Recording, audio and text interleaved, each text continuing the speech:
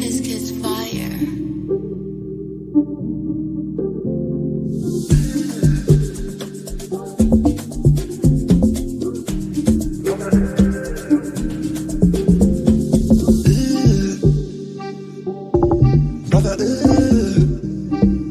What's that? What's that, brother? What's that? What's that, brother? Brother, what's that, brother? What's that? What's that, brother? Brother,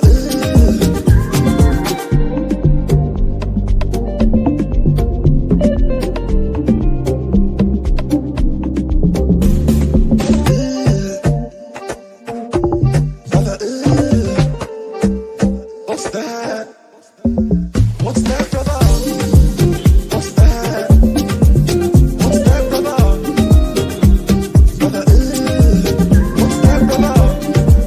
What's that? What's that, brother? Brother,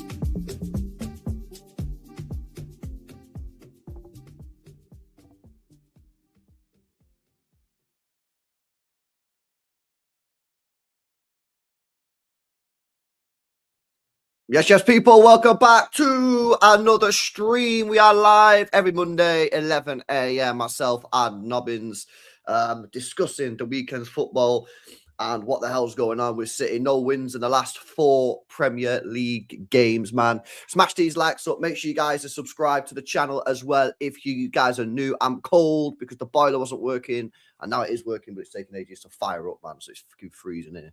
But yeah, how you doing, Bray? You good? Yeah, I'm good. It's football wasn't ideal, but I still had a good weekend. I got a new keyboard as well. Would you like to hear it? Is it mechanical?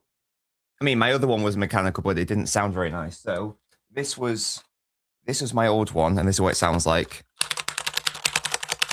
Let's have a look. Is it the same as mine? I don't know, is it? Oh no, it's not the same as mine. So that was that, and now listen to this. Wow. Oh, creamy. So yeah. I'm a happy boy because I've not even been like working. I've just been like typing out randomly because I think it sounds so nice. So I had a great weekend. Yeah. Bloody hell. You know it's bad when getting a new keyboard's the highlight of your weekend, don't you? Respect. Crazy. Chill. But yeah, smash these likes up on the way in. Make sure you guys are subscribed to the channel as well if you're new. But yeah, bro, that was bad. That was really bad this weekend, mate. That was probably the worst performance of the season.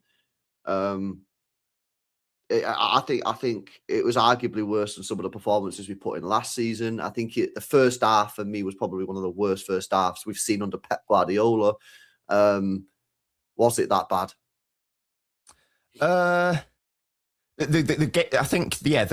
Overall the game was up there with, I think it's probably like the worst performance in a year, and it was definitely a 24-25 type game, wasn't it? Where you're just looking at it, it's like I don't actually know what's going on. Neither half was good. We somehow got worse in the second half, which was impressive.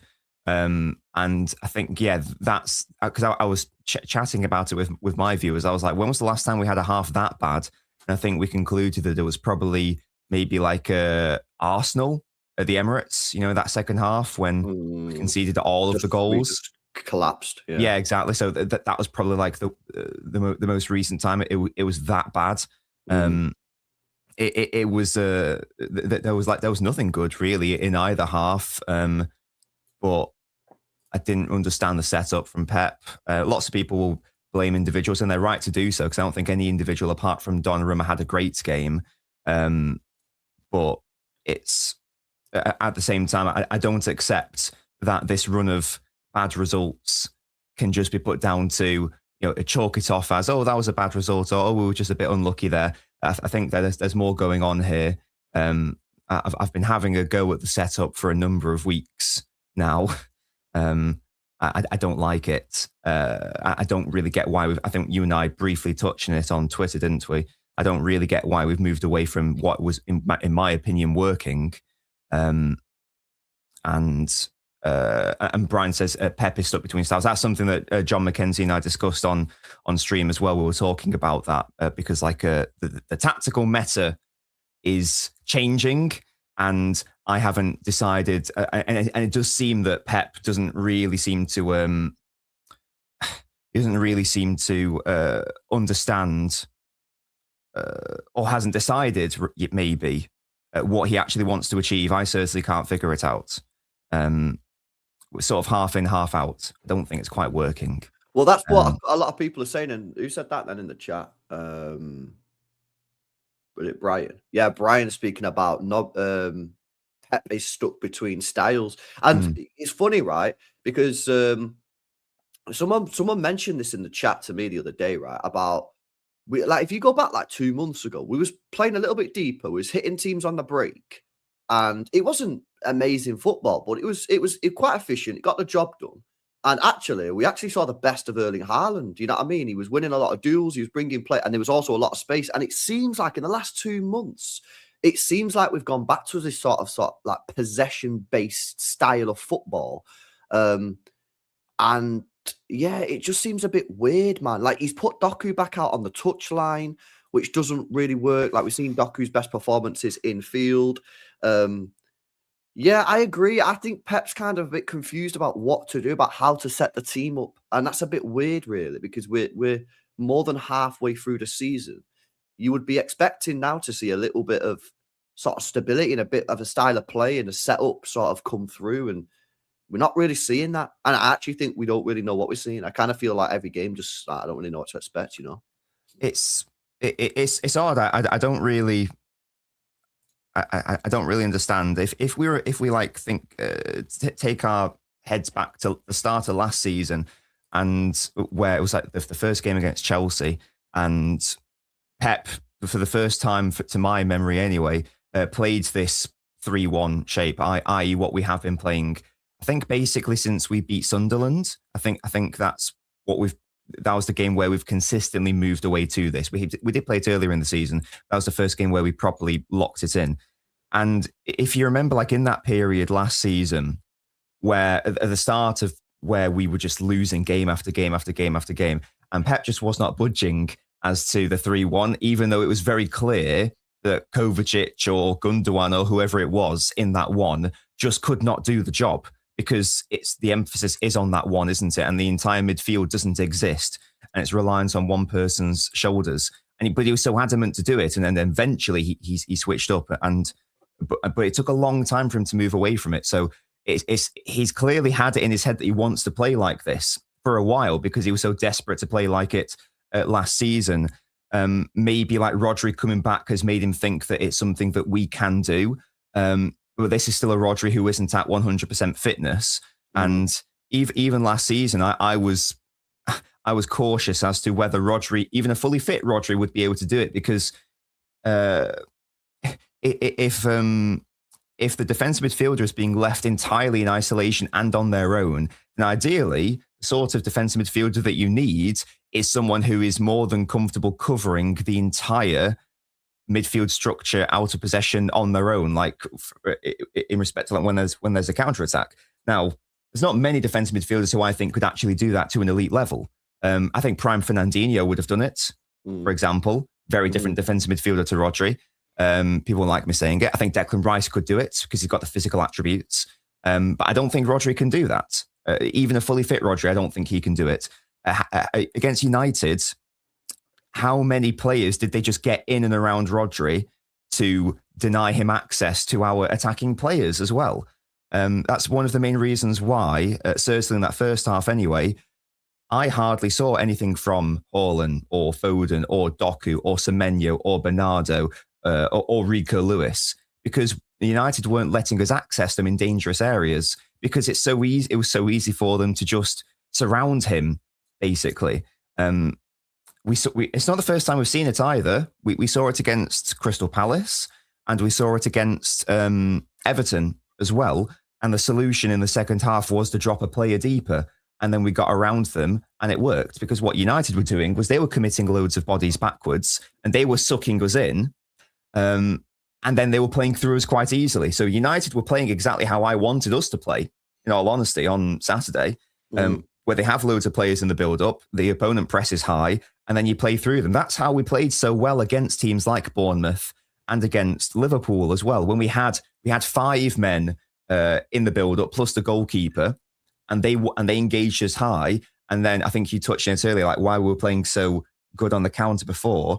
It's because we were able to like generate these artificial transitions, these fake counterattacks. But that's what United were able to do against us. They had the ball, and yet they were still able to counterattack against us.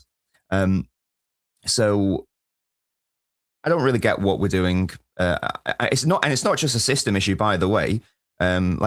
Fundamentally, players just haven't been performing either. I'll repeat, I don't think anyone had a good game on Saturday apart from Donnarumma, really. But it's not a coincidence, in my opinion, that we haven't won one game in the league in 4. No, exactly. And this is why, like, yes, the team is fatigued. Yes, the team is tired, but you can't use that as a fucking excuse. When you've not won a game in 4, like, that's just crazy. And when you literally drop in horrendous performances, you can't just use that as an excuse. It's a contribution. Yeah. And for me, that comes down to Pep Guardiola with the way that he's managed a squad, in particular for me, Erling Haaland, which I think has been crazy. But that's not the reason.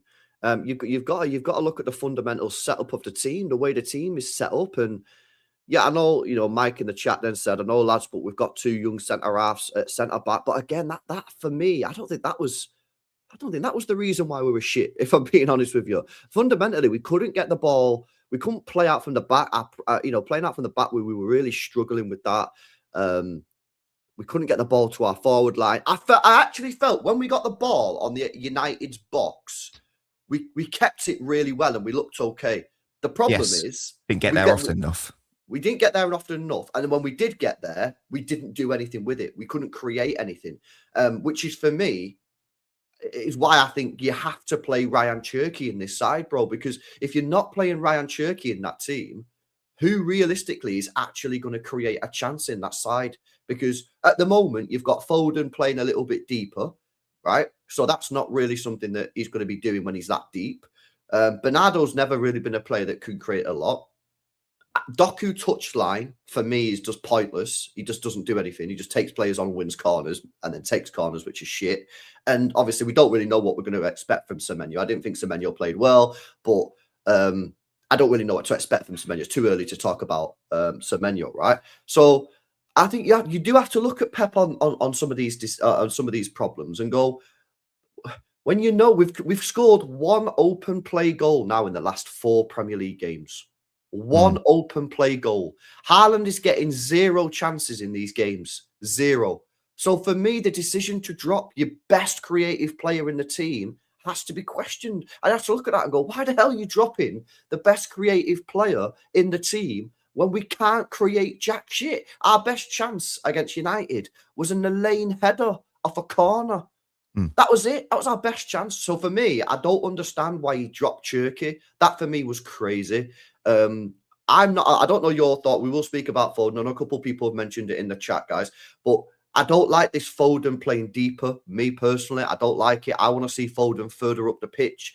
I know we slightly differ on where we think his best position is. You think it's off of the left. I think it's off of the right, but I don't mind where he plays up there, but I think Foden needs to be playing up there. And for me, I think he's playing too deep.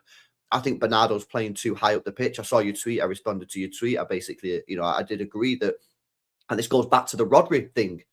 I've seen a clip. I don't know if you saw the clip on Twitter. Someone put a clip of United, and basically they had the ball in sort of the right back area. We went in with this sort of like shit press. 2 passes, they're out. And Rodri has the whole midfield to defend on his own. Nobody next to him. And they just passed it around him and we got completely exposed. And for me, this is what I responded to your tweet is, this is why I think somebody needs to be sitting with Rodri. Now, when they're fit, I want to see Nico Gonzalez and Rodri sitting next to each other and playing a bit of a double pivot, because I still think we have not addressed and solved that problem from last year, which is our midfield just gets completely wiped out because our press is shit. Yeah. And this is why, going back to the point that I was making earlier about a couple of months ago, we was playing a little bit deeper. So our midfield didn't get cooked as much, because we were sitting deeper and Foden was sitting next to him or Bernardo was sitting next, but we were fundamentally deeper. Now we are pushing up a little bit more. Yeah, we're pressing. Our wingers are pressing. Bernardo will press. Maybe Foden will. But our press is so crap that they just play out from the back. And then Rodri, or whether it's Nico G or Rodri, it don't matter who it is. It really doesn't matter who it is. Whoever's in that midfield, they've got no chance. They've got fucking no chance. And then it makes Nico G or it makes Rodri look shit in that defensive, because they can't do anything. It's literally impossible to defend. So I don't know. I would like to see us go back to the way we were playing a couple of.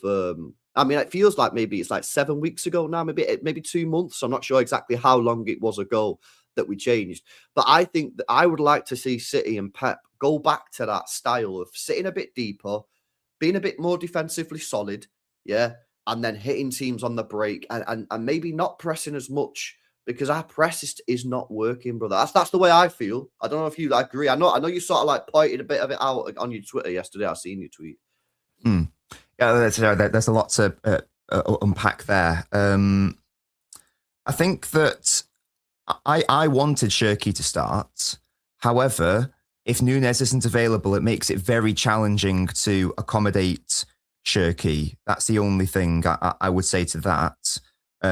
You could more readily get him in just by playing him technically at left wing off ball and then starting an O'Reilly or an Aït-Nouri. That would be a solution, in fairness. But if Núñez isn't in the side, it become, and this is why I before the summer said how like vital Núñez is to our entire structure. I think we saw it against Al Hilal, didn't we? Like how Núñez went off, we had to change the entire shape and structure. If he's not in the side, it makes it very difficult to accommodate him. That's why I've been so impressed with Núñez. You could have still got in Shirky, but you would have to play him left wing off ball. People saying play him in midfield.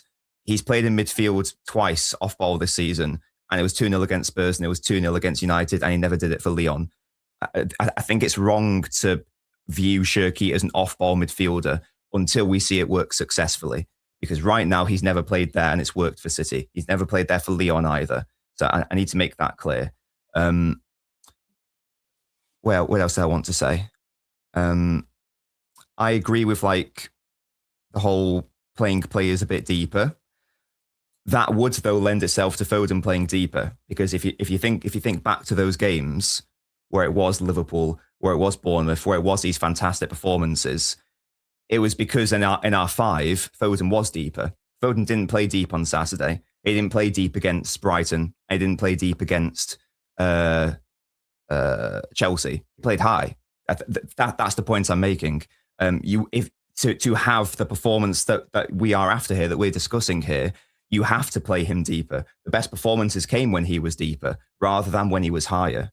That 2-3-5 was our best games, and Foden played in the deeper area. So I think people are getting confused when they say, I don't like Foden deeper or whatever, because in the same breath they say, but I prefer those performances. They go hand in hand and they're the same thing. It's when Foden's played higher that the issues have come, because we saw it against United. The space is congested around Haaland and there's no space for anyone to do anything, because Foden is walking on Haaland's toes, who is walking on Rico Lewis's toes, who in that instance is walking on Bernardo Silva's toes as well. So the solution is to drop it, and this is what we did against Palace. We dropped a body back, and against Everton, we dropped a body back, and we were able to bypass their press a lot easier. But that's not what we did in the second half. We stuck with the 3-1, and nothing changed. If anything, it got worse, and we got worse off ball in the midfield.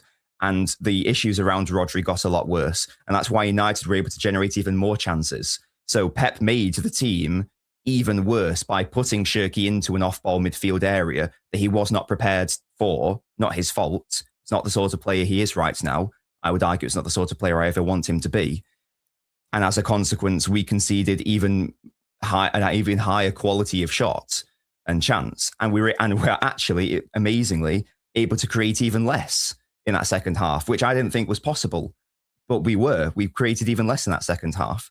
So I don't agree with you that the solution is to not play Foden deeper. If you're going to play Foden at all, if you want to drop him, then drop him. That's fine. But the solution is not to, because I think people are not understanding the dichotomy. The solution is not take out Foden, put on Cherki. The solution is take out Foden. If you want to get rid of Foden, the solution is take out Foden, put on Lewis. The solution is take off Foden, put on Reinders. The solution is not take off Foden, put on Cherki. If you want to put on Cherki, then in my opinion, until I see otherwise, I'm willing to have my mind changed, but until I see otherwise, it's take off Semenyo, put on Cherki, or it's take off Doku and put on Cherki in the Premier League against his actual sides anyway. Yeah, no, and that's cool, by the way. But what I'm saying is, like, at the moment, yeah, when we're not playing this sort of deeper team, I thought Foden was playing quite well, and he was still playing deep, but in the different system, like we was playing counter-attacking football, so a little bit more. So I just felt, going back 2 months when Foden was still playing deep, he was still sitting next to Nico or whatever. Yeah, I thought he was playing all right then, but I even though he's playing deep now, I think this new system doesn't suit him. And people say, well, but he's not playing deep now. I still think no. I see him loads of times get the ball really deep when we've got the ball and the team's pushed up, and Bernardo's up the pitch, and he's the one that's picking up the ball off of Rodri or a Nico G. That's completely wrong. But his starting position right now is one of the 3-10s. That's by definition, that isn't deep. No. But what I'm saying is, when he's actually playing, I see him all the time deep on the football pitch, and I think it's useless. I think he needs to. For me, I think I want to see him higher up the pitch. There's so many times, Nobbins, I see him picking up the ball, and he's really deep, and there's no point in him being. It might happen. It happens sometimes, sure, but generally speaking, he's playing as one of the 3-10s. And again, the problem that we both agree on is that Rodri's being left alone in the build-up. The problem is that there isn't someone consistently alongside him picking the ball up with him. So the problem is not that this player is dropping deep. The problem is that player isn't starting deep. Well, this is why I keep saying, why do I keep seeing Bernardo Silva higher up the pitch at times than Foden? I see it all the time. I don't think that should be happening either. Yes, because right now in this 3-1-6, their starting position is as one of the 3 number 10s. Right now it's certainly on Saturday anyway. It was Lewis, Bernardo, and Foden who are our 3 number 10s. Whereas in a 2-3-5, you only have 2 of those number 10s, and one of the players, rather 2 players, join the actual midfield to make a 2-3. So you are forfeiting a centre back, but you're still having 5 bodies at the end of the day. And it's all well and good a player sometimes dropping deep, and that's fine. My argument is that needs to happen more, and that should actually be happening from the off. This is why we were able to get past Crystal Palace against their mid-block. This is why we're able to get past Everton. This is why we're able to get past, I think it was Leeds or Nottingham Forest, maybe. I'm sorry, I can't remember the game exactly. We did that. We changed the shape at half time, and it worked. We've moved away from that though, and that's how I'm looking at the problem. And if we want to keep this conversation on Foden, it doesn't have to just be Foden. It could be Lewis or Bernardo or whoever. His best performances came in those 2-3-5 games where he was from a deeper position and where he was orchestrating from deeper. This is why he's got the most second assists in the Premier League, because it's the pass before the pass. Where he's talking about when we was playing a little bit deeper though, playing counter-attacking a bit more. When he was playing in that midfield 3, yes. Yeah, but I agree. I think he played well in those games as well. But I think this new system is not suiting him at all. Yes. That's what I'm saying, yes. Yeah, so for me, go back to the old system, Pep, man. We were winning games. Foden was looking good. Haaland was playing some of the best football he's ever played. We've gone to this new system. I think Foden is basically just not doing anything. Haaland just looks dead. We're not creating no chances. Our midfield's getting cooked. So what's the point? Go back to the old system that was playing a couple of months ago, man. Do you know what I mean? I would agree. That was a system that I think he needs to go back to, man. I think so. The main benefit of why it would have a front six is really only if. Well, no. The reason why you attack with 6 players is because you think that your opponent's going to defend with 5. So you want one extra player because obviously you've got a numerical superiority there. So it's really good against, let's say, Burnley, who you know are going to set up with a back 5, or I think Monaco as well. Like they played a back 5 against us. I know we drew that game, but we did deserve to win, in my opinion, certainly that first half anyway. So it makes sense to rock up with a front 6 for those games where you know you're going to dominate all of the ball and you're going to be able to pin them back. But I don't really see the value in it against trickier opposition who are just going to, and we know that the Premier League this season has been incredibly focused on the defence and out of possession. It just doesn't make any sense to me to not have any bodies back. United were doing the opposite. They built up in a 4-2. So they had 6 players in the build-up, plus their goalkeeper. So they really had 7 players in the build-up, and we had 4. So when they had their 7, we were pushing everyone and committing them further forwards. And then they were just finding it really easy to just like play directly over us. And it meant, and because Rodri did not have a good game off ball and Bruno Fernandes was dropping deeper, it just meant that they were able to just bypass all of our press. And then it was like a 4-on-4 at the back. Whereas we were doing the opposite. We were not committing enough bodies to the build-up. So they only had to commit a few bodies going forwards. So it meant that when we went long, they had loads of bodies back, and there was just like there was no real threat from playing direct from us. So we played into their hands, really. So I think United showcased what we should be doing.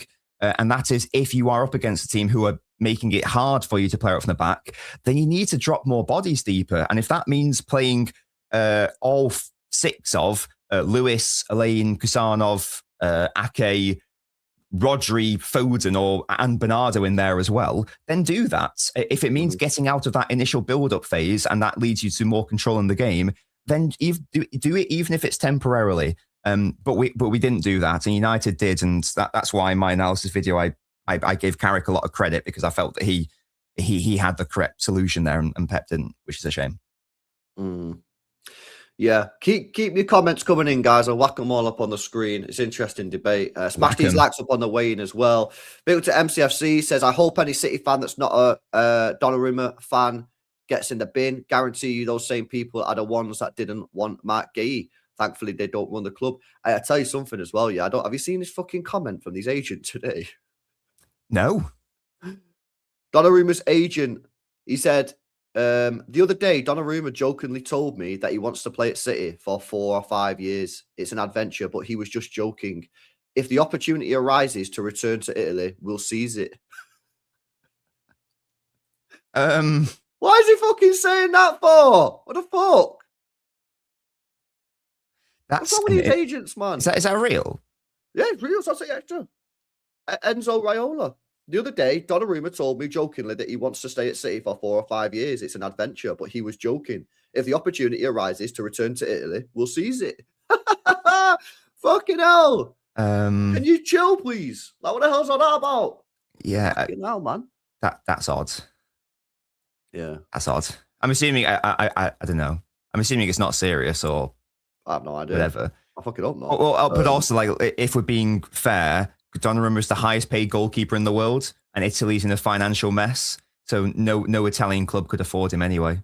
So it's an empty threat, to be honest, because PSG were not willing to match his wages demands. PSG of all teams. So Italy ain't going to do that either, given their financial issues. Yeah. Weird. I don't know why the fuck he's saying that, but yeah, you're right. No, Italy. No, I don't think any Italian team's going to be.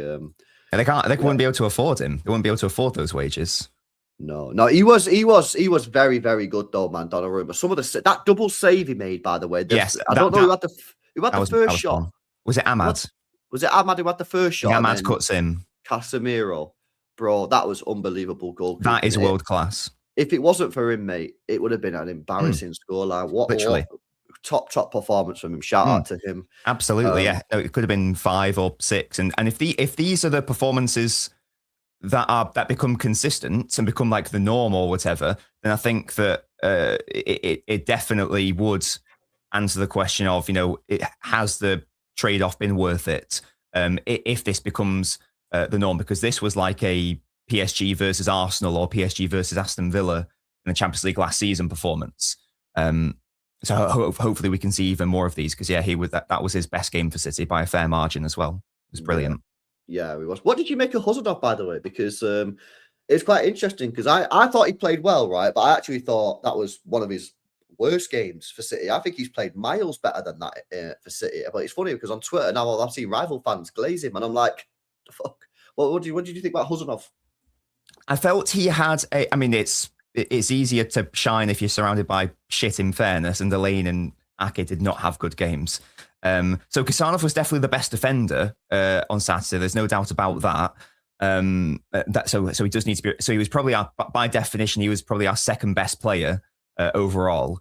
I felt he had a good game though. I don't think he had a great game, because there was a moment where he gave the ball away and Donnarumma was forced into a really good sweep. So Donnarumma had to bail him out.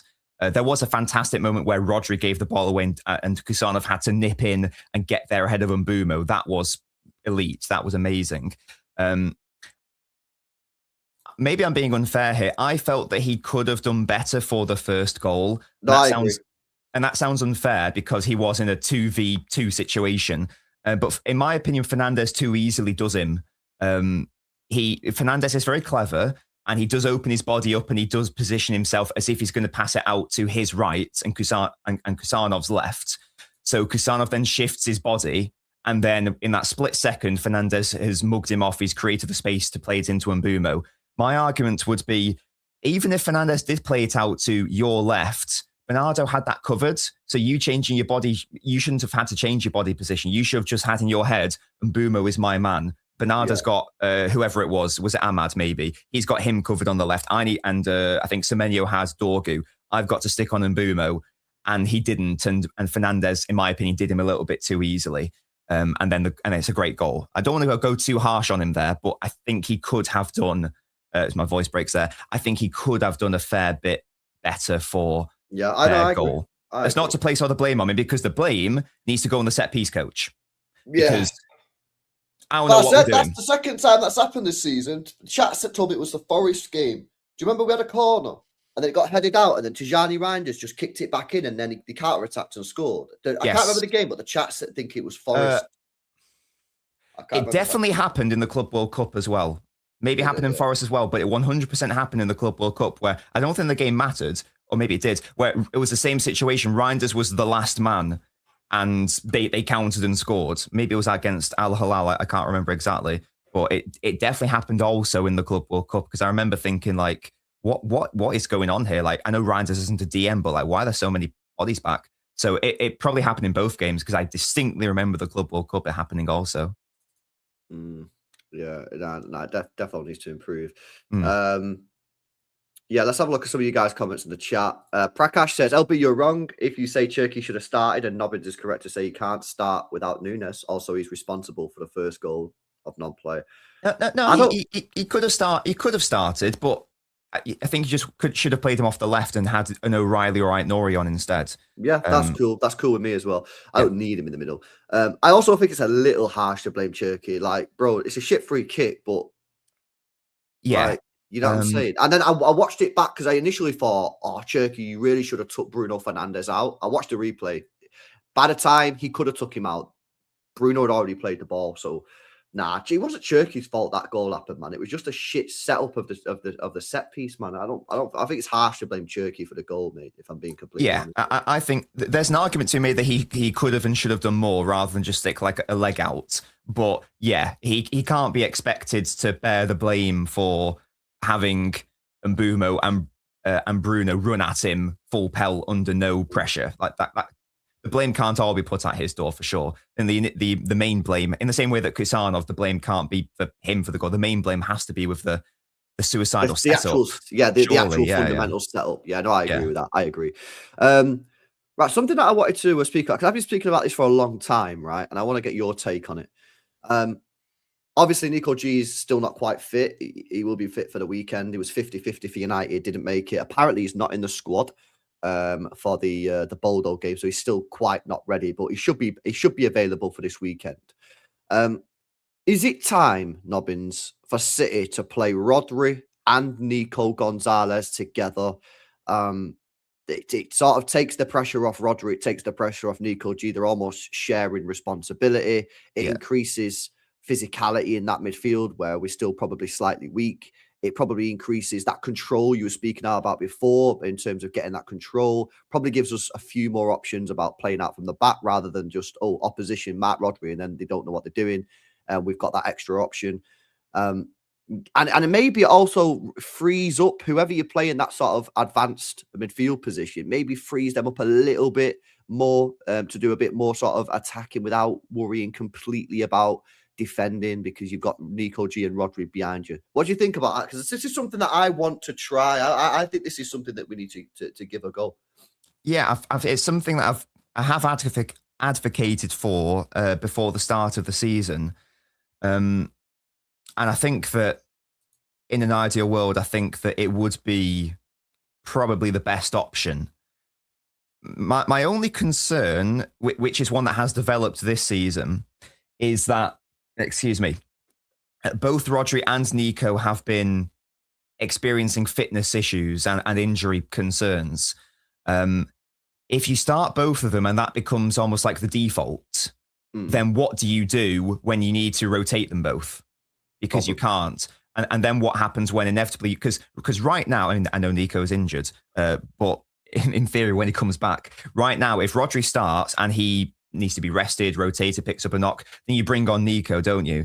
And it's the other way around as well. Like if Nico's starting and he needs to rotate, then Rodri can come back in as well. So that would be my only concern, that you're putting all your eggs into that basket. And then if you're starting them both, all of a sudden there's now no option on the bench and there's no option in the squad.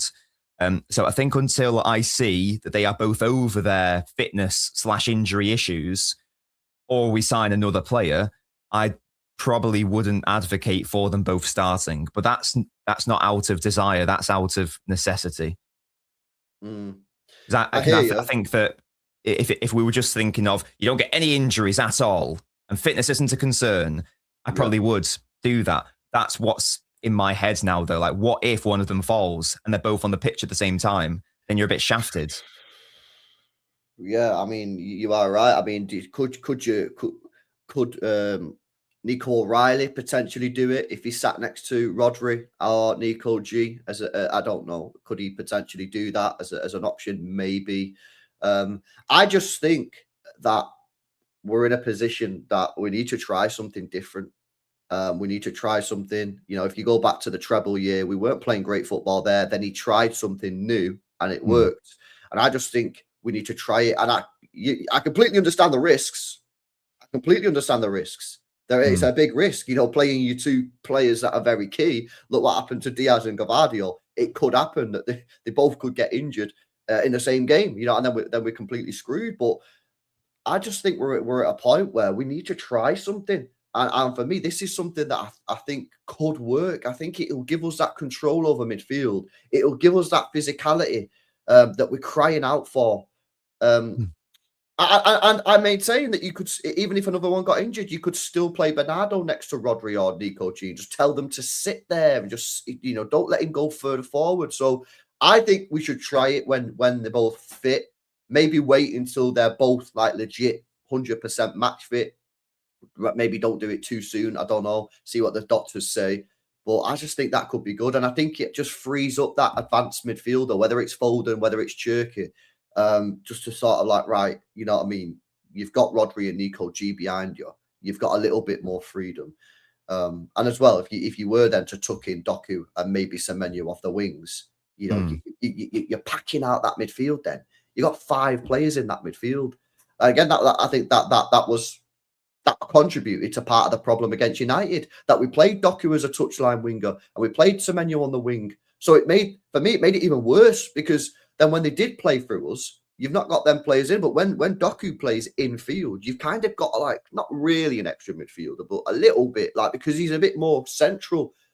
But when he's out there and then you're stretching the pitch, it's making it even. I think when Doku plays as that touchline winger, it makes his whole midfield situation even worse, because you've then got a player even further away from Rodri and even further away about coming in to help. So, yeah, for me, I would like to see Nico G and Rodri play in midfield. I think that could be something quite interesting.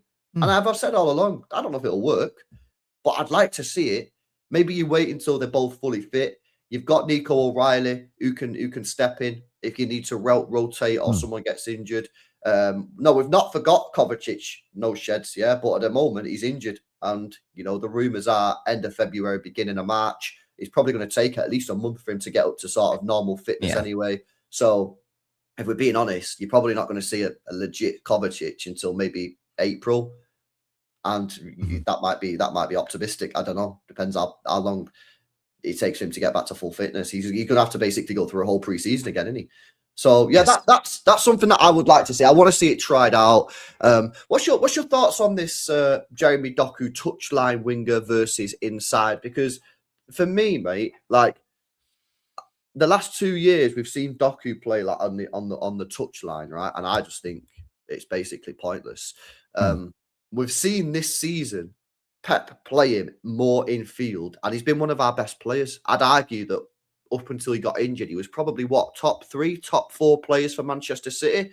And we're seeing Pep revert to type and playing back on that touchline. And I don't know what your thoughts are. I just think it's completely useless when he plays out there. He takes players on. People gas him up for taking players on, and then absolutely nothing happens. When he plays in that more central position, a little bit inside, I think he's one of the most dangerous players in world football. One of the most dangerous players in world football. It gives him the option to go left. It gives the option to go right. And he also connects with Erling Haaland a lot better when he plays in that inside role. Am I missing something here? What is to like? Why it's a good thing? Or why is it that what are the positives for Doku playing as that touchline rather than playing him inside? Because I just think it's night and day. Yeah, well, I do agree with you, and it goes back to what we were talking about earlier, where you move away from the setup that was working, and this is in addition to the midfield situation that we were talking about. This introduces another one. If we specifically look at the team against, no, if we go back to like when it was working, who were the players supporting Doku? And yeah, injuries have happened now, so maybe this isn't a fair comparison. But when he was playing there, who were the players like really supporting him? So Doku was obviously there, but he also had Shirky next to him, so he was technically supporting him in that right 10. He had Foden behind him in the left central midfield, so Foden was supporting him. He had O'Reilly supporting him at left wing, and they were able to rotate as well, and that was key to cause disruption for the opposition. So you had all these like really good, technically competent players who've got good chemistry with Doku connecting with him. And I think that does lead into him having good performances, in addition to just being in better areas of the pitch and being more fluid with it. Whereas who were his supporting players on Saturday, realistically, out at left wing? It was Bernardo Silva, who was playing left centre midfield, and it was Ake, who was playing left centre-back. Realistically, Ake is a centre-back, and there were a number of times where Doku was generating some space for a player to have some space and to put a dangerous ball in, because Doku got Dalot on a yellow, and then Doku was dragging 2 players towards him. But the problem was, who was the spare man every single time? It was Ake, who isn't going to do anything when he receives the ball on the edge of the box in a dangerous crossing area. He's going to try and cross it, but then Martinez or Maguire just easily play it out. There's no real threat there. Exactly. So, but people go, yeah, but he takes on his man and he destroys the fullback. Great. And then what? And what? Like, is that, do you get goals from that? Do you get points for taking on your man? No, you get points for fucking scoring goals and creating chances. And that's the problem when he plays on that left side and he takes players like left side as in touchline. Yeah, he rinses his defender. He'll rinse every defender in the world, but nothing ever comes from it. But when he plays in that inside role, I genuinely think he's one of the most threatening players in world football. And it's so fucking annoying that we go back. The whole Ake thing for me was something that probably I didn't get that. Was probably the worst. Now, I understood the logic behind it in terms of he's got Max playing, young player. Yeah. He's probably thought to himself, right, Ait Nouri, techie baller, he's going to wander up the pitch. That's going to be a problem because that's going to mean Alain's going to be dragged out to the touchline, to the wing, and I don't really want that. I want to protect him. O'Reilly, He should have gone O'Reilly, in my opinion. Yeah, looking back now, I understood why he went Ake, but he should have gone O'Reilly because O'Reilly, you can tell O'Reilly does go forward in that, yeah. But you can tell O'Reilly, right, bro, you need to chill out a little bit tonight. Yeah, you're with Max, he's a young player. I need you to sort of cover. If you go bombing forward, that's going to leave him isolated. You're going to drag him out wide. The whole thing about Ake, I understood the logic behind it. It was to protect Max, but it completely backfired because what he didn't protect Max, he was that first 5 minutes. Ake was fucking awful, man, like so bad that probably unnerved Max Alain, which made him get a little bit nervous. And then he did a couple dodgy passes because I legit thought Ake made him nervous. He offers nothing going forward, and that is probably one of the reasons that he had to play Doku on the touchline. Because obviously Ake's not going to be bombing forward, and then you're going to have no width. So yeah, that Ake thing, whilst I understood it, I understood the decision to play it, it completely backfired. And for me, I think he should have been hooked off at half-time, not Max Alain, if I'm being completely honest with you. Yeah, I did like the O'Reilly change. Didn't like how he just played him at left centre-back on ball. That was weird.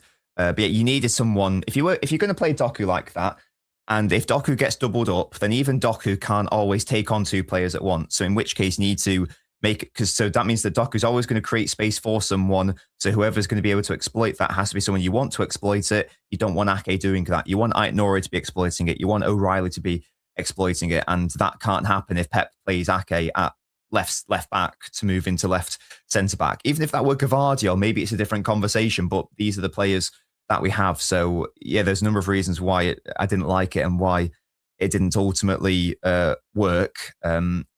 It's no surprise that players that some of our best players, like a month or so ago, we would have been saying like quite clearly that players like Haaland, Foden, Doku, they're maybe our three best performing players this season, but they just haven't been performing to the level we would like over this year, maybe. Like this entire year of 2026. And I don't think it can just be chalked down to coincidence or that the players are tired. Sure, that plays a part. But I don't think you can convince me that it doesn't have to do with how they are being used. They can't all have just fallen off from the levels they were performing at all at once. Even like Shirky's had his worst games this year, like against Chelsea and in that second half. It's everyone who is being impacted here. I just don't understand it. I don't understand it. I'm obviously missing something, but I don't get it.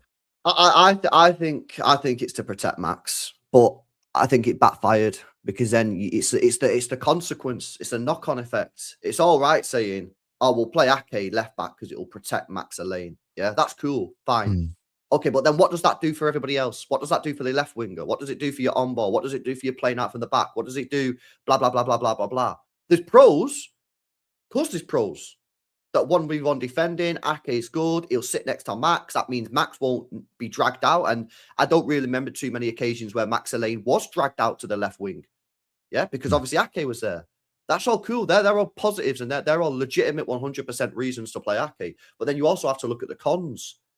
Playing out from the back is going to be worse. Is that great when you've got Huzanov and Alain there? You got Donnarumma as your goalkeeper. Rodri's not fully match fit. Are these good things? Probably not. It's going to mean Doku's going to play left wing as a touchline winger rather than inside. Well, we've seen 2.5 years of Doku as a touchline winger. We've seen 6 months of him as an inside winger. We all know that it's chalk and cheese. Is that a good thing? You're going to have no attacking threat from your left back, which means your left winger is going to be isolated. Is that a good thing? You're not going to have that extra midfield body that can just step into midfield at the right time, like O'Reilly sometimes does. That means Rodri's going to be on his own. That means if they press Rodri and mark Rodri, you're not going to have anyone in the midfield to receive the ball. That means maybe that Foden or Bernardo has to come even deeper. That means that you're then isolating further your attackers. Is that a good thing? So I think for me, I understood the reason why he did it. And I think if Pep said the reason, I'd be like, yeah, that's cool. It just backfired. It just backfires, you know. And that shit, that happens. That happens sometimes, you know. A manager will make a decision. This is why I've gone for it. And maybe I imagine Pep probably knew the risks associated with it. He's not a fucking idiot. Unfortunately, the risks outweighed the pros in this occasion. In different games, it might be the other situation. So, yeah, there we go. But yeah, that was an L, man. I can't lie. Gahey coming in does help resolve that particular concern, though. In fairness, so that's good. So What hopefully, about playing up on the back? that Or is the need also not to play Ake? that as well. Yeah, but Yeah. both counts. Yeah, definitely. Yeah. So that's good, Yeah. and he's hopefully going to debut against Wolves, isn't he? So that would be nice. Yeah, and that's a good game for him to debut. Although I think there are 5 matches unbeaten now, which is hilarious. Like they've been shit all season. And I know we played the first game of the season, but like we've got them in a game that we really need to win, and now they're 5 games unbeaten. No, but before we wrap up, we'll go for a few more minutes before we wrap. In fact, let me do these chats before we come on to it. I do want to ask you about Matt Gay. Big up to Femi. He said probably in the build-up goals because Gavard probably in build-up goes back to Gavardio injury, in my opinion. Well, it's part of that. That's part of it. It can't be all of it, though. It's not all of it. It's certainly part of it, Femi, 100%. Max Definitely. Delaney and Huzanov are not as good as playing out from the back as Gavardio. And then, as we just mentioned, then you're then playing Ake left back to protect Max, which then further hinders your ability to play out from the back. So, it's certainly part of it, 100%. Can I just say, like, even if we do accept that is like the only problem, then how about we remedy that by having another body back, because we know we're weaker. So let's have another body back building out to remedy that weakness and frailty. Yeah. Instead of taking a body away. That just seems mad to me. Yeah, no. I think you're spot on, mate. Built to Farid says, stop blaming senior players and talk about shit Rico. Rico's getting a lot of stick, mate. Obviously, for the second goal, it was awful defending. What was your thoughts on his performance overall? The first thing to say is I don't really get the comment, because surely the senior players are the ones that have to take the most responsibility rather than a younger and less experienced. Yeah, that's also true. That's very true, Farid. Like, surely it is the senior players that you would blame, not the younger ones that are a bit more inexperienced. That's a good point, bro. Yeah, but all of that aside, oh my gosh, he's gone. I can take over his channel now. Hilarious. Let's get him cancelled, guys. No, let's not. Rico was bad. Unfortunately, he had to play at right back because Nunes wasn't available.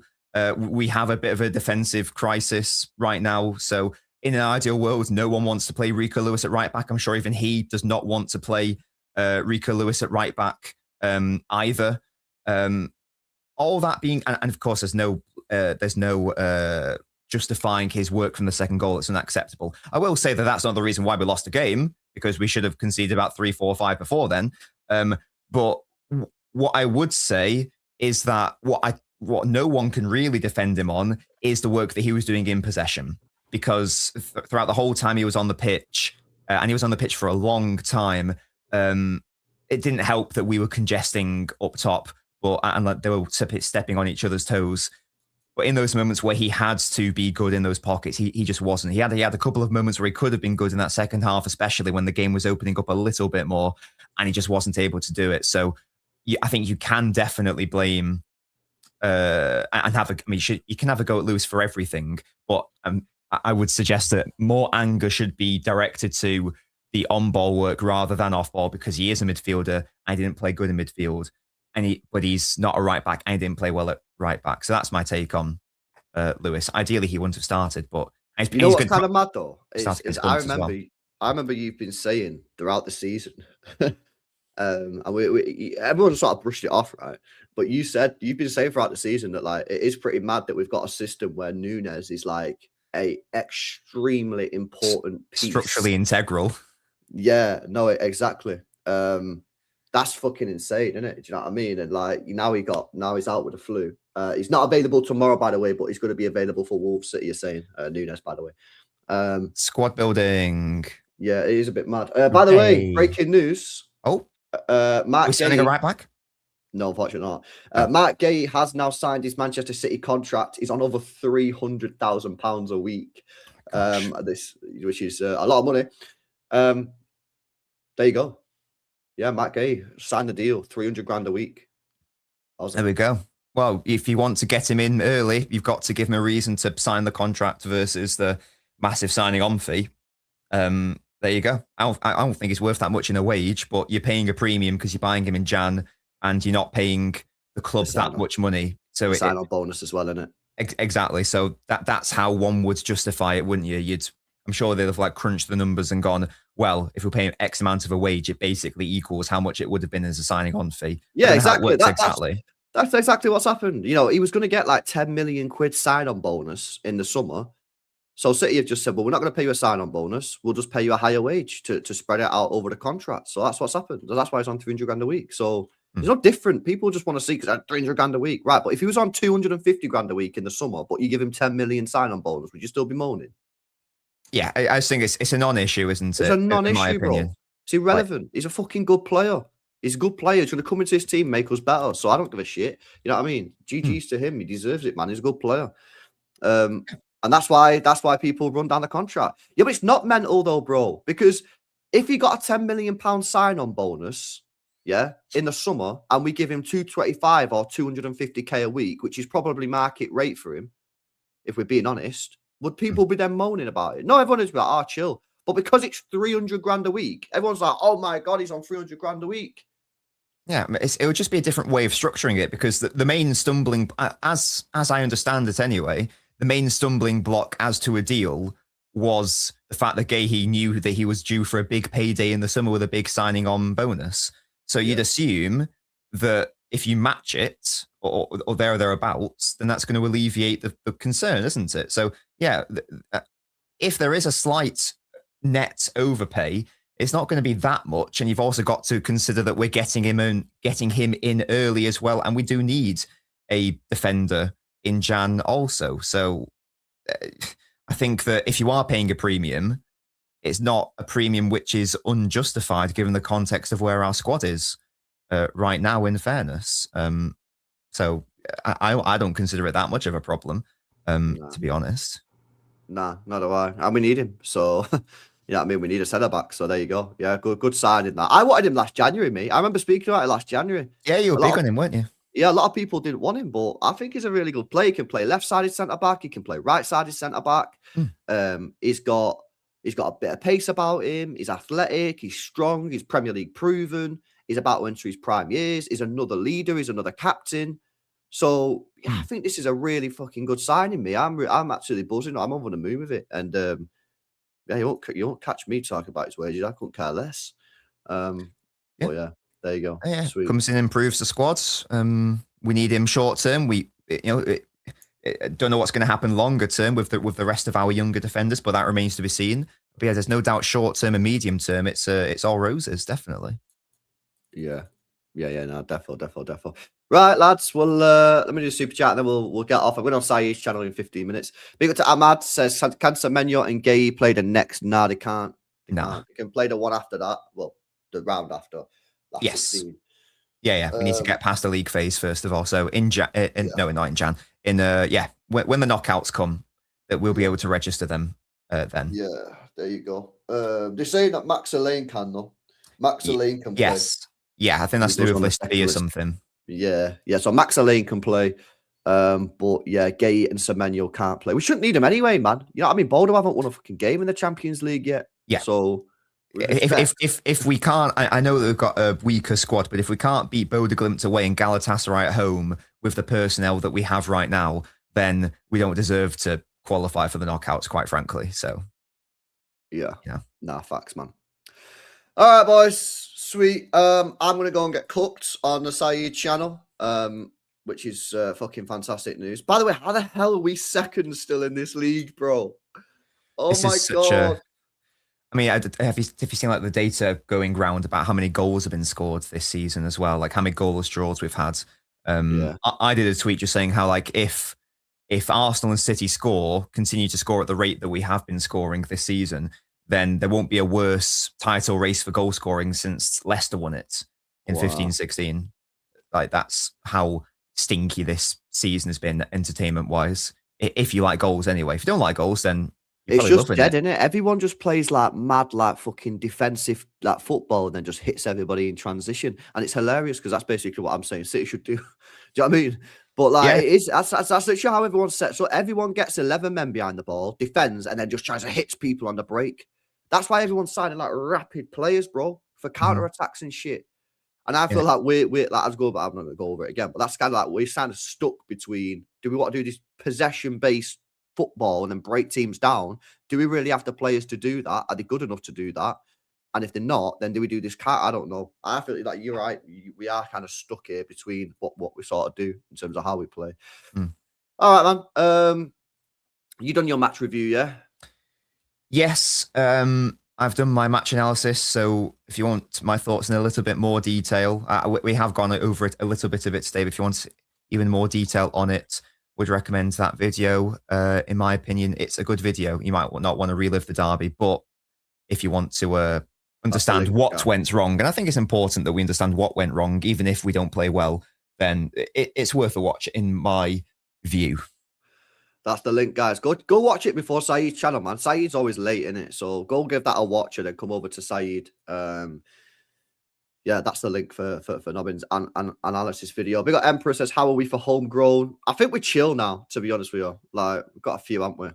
So yeah, it's good that we've gone for Gahey, Semenyo, and they're probably going for Anderson. Let's put it that way. We're still walking a tightrope, but it's good that we are signing all these homegrown players, and I think it's partly out of necessity because we are walking that tightrope. Did you watch Anderson via Arsenal the other day?